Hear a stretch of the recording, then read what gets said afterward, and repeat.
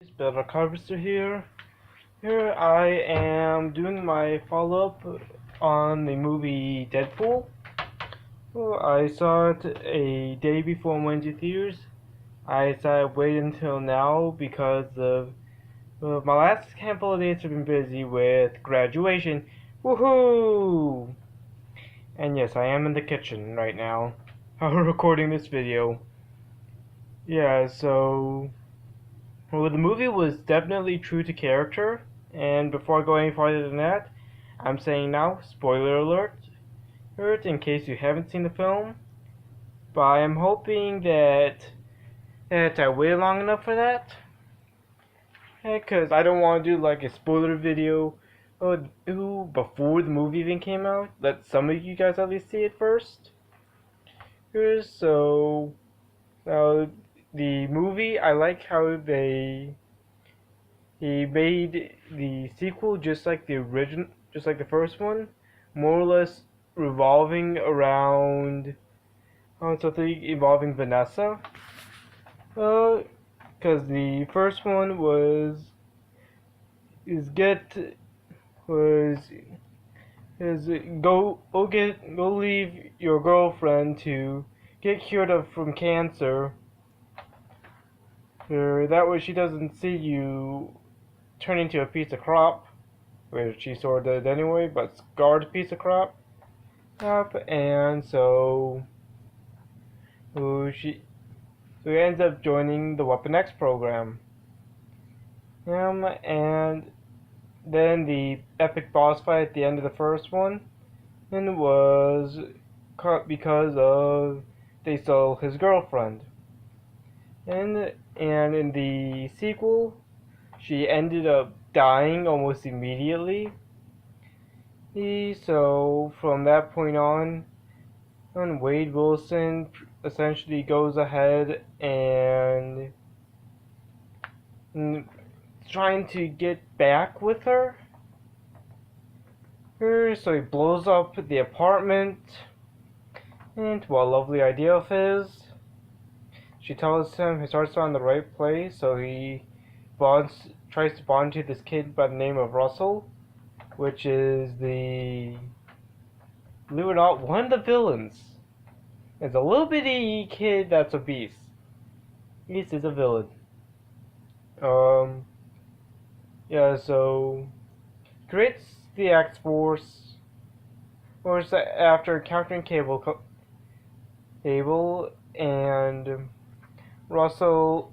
So Deadpool and Cable becomes friends eventually, more or less. It's just like how they were in the comics. They were semi-friends, and I mean, hey, Cable is willing to put through a lot. I mean, he saw Deadpool with a baby crotch, with no pants, no underwear, no nothing down below, just a shirt on. Thinking, as did Weasel and Domino. Ooh, and so, yeah, Cable is willing to take a lot to save the world. Well, so Cable ends up. So, where was I going? Oh yes, don't forget about what Cable ends up doing yet. Russell ended up befriending the biggest bad guy in the prison, which I was sort of sad on who it was, but made sense on that choice. I was personally hoping for T-Ray. In the comics, T-Ray is another mercenary, very similar to Deadpool in a sense. Works at the same joint, and what T-Ray does is he uses demons and hates Deadpool. Well, because he thinks Deadpool killed T-Ray's parents.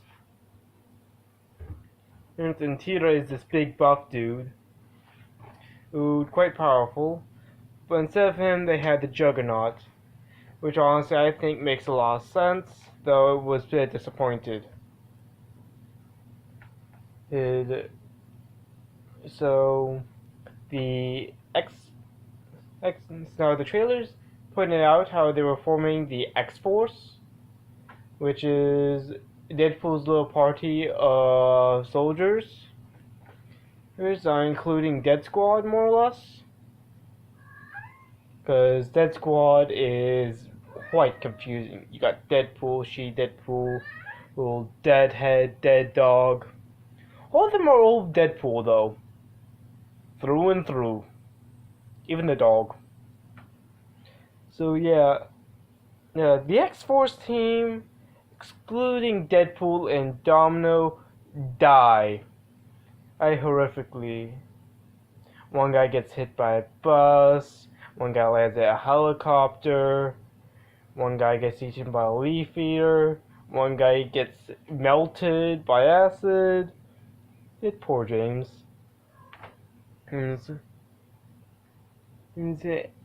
Yeah.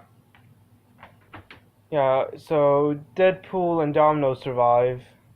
Because Domino is extremely lucky and Deadpool crashes into a billboard. Which means numbers are slim, and for them, Deadpool still doesn't believe luck's a power. I liked how the place where the final fight happened was where Domino used to be raised at. Yeah, it's a nice homage for the suit, Deadpool suit. I liked how there was duct tape patches showing that Wade Wilson's suit doesn't regenerate with Deadpool. Like some continuities in it depicting. So you just simply have a suit that's like half Deadpool suit, half duct tape straps. Perhaps by the end of it. Which is fairly interesting and good. Deadpool decided to pull a Logan. Well, Deadpool 2 decided to pull a Logan. And the fact that Wade Wilson finally dies. He takes one of those mutant inhibitor collars. Here's from the what's the series called? The Anti-Mutant series in the Marvel for the X-Men, where the mutants are being hunted. You got the Sentinels and all that. Well, they only include the collars and the prisons and the rehabilitation schools, which Russell and Domino's are from. So Deadpool ends up putting that on, and so he can't heal, and he gets shot by Russell on accident. And not Russell, but by Cable. Trying to save Russell. Because Russell dooms the world. Hence why Cable's there. Here. I am glad that they did not try to explain all of Cable's backstory. Because that's a confusing cluster in itself. I mean, his parents are Cyclops and Jean Grey. Ray, the guy owns a country that was destroyed by aliens. Yeah, quite confusing. Yeah, this now. Deadpool gets gets essentially Cable's time turner after he's brought back alive due to Cable, who using the last of his time travel ability, and so he ends up fixing a lot of wrongs. He ends up killing a guy with the cheese spreader that I was hoping they did have to use.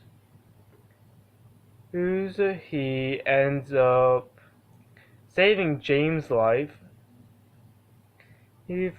which makes sense since he loved James for some reason. Probably because he's hermaphroditic. Well, a pretender hermaphrodite. So now, a bit sad that they didn't include his fear of cows. So now, what else? Deadpool ended up killing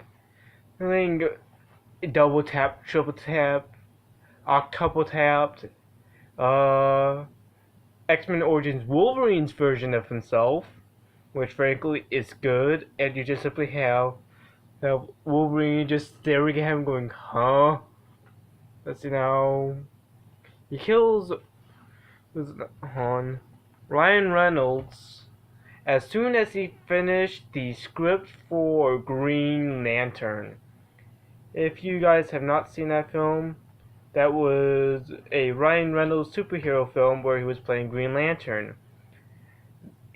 Everybody considers it his lowest of his career, from what I can tell, because it sucked.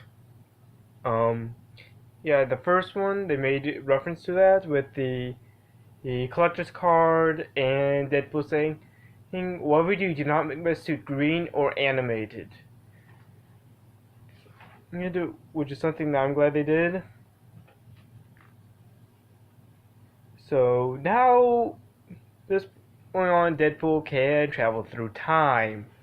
Totally safe idea, giving a maniac that is psychologically unstable the ability to meet Julius Caesar, Adolf Hitler, Abraham Lincoln, and Socrates, George Washington. Now, I'm not saying all of them a group like that. You say that I think they're very similar. They're all good, all bad. Just simply examples of people that had major influence in history. Like Machiavelli, who wrote *The Prince*. It's a book about how rulers should be, with the lion, the fox, and the prince. And it's a real good read if you have the time. I suggest you try to read the English version, since if you don't know how to read Italian and you try to read the original script for it, you're going to fail. I learned that one the hard way. Yeah. Oh, Colossus finally swears.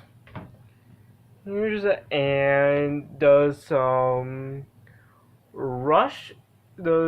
of your more iconic Russian street fighting, like what you see in Street Fighter 4, with that one guy that douses himself with his oil.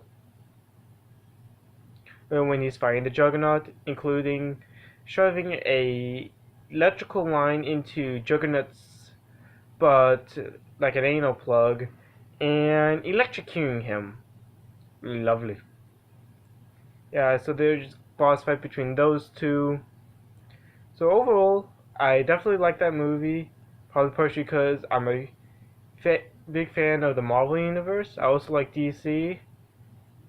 But honestly, from what I heard about Justice League, even though I haven't seen it yet, is that kinda sucked. But that's probably because most people I talk to are also Marvel fans. Well, I guess they'll do it for this video. See you all next time. Bye.